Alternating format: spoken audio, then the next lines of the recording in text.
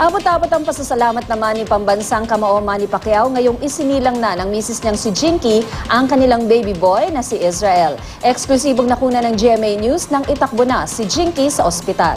Tunghayan natin yan sa balitang hatid ni Mark Zambrano. Maagang itinakbo sa General Santos Doctors Hospital si Sarangani Vice Governor Jinky Pacquiao matapos makaramdam ng kakaibang contractions o paghilab sa kanyang tiyan.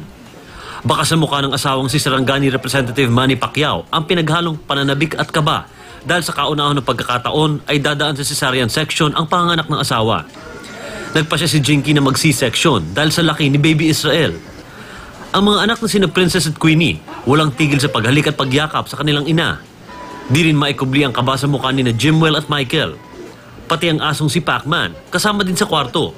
Bagaman apektado ng diabetes si Jinky, normal naman ang mga preliminary test niya ayon sa mga doktor.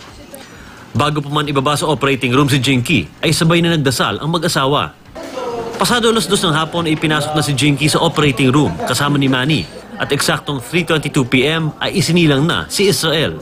Tumimbang ng 8 pounds and 1 ounce si Baby Israel pero 2 weeks premature ito kaya maaaring abutin ng 2 linggo sa ospital para maobserbahan.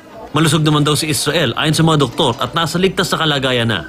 Mananatili pa sa ospital ng 2 hanggang 3 araw si Jinky Pacquiao para mag-recover. Mula rito sa General Santos City, Mark Zambrano, GMA News.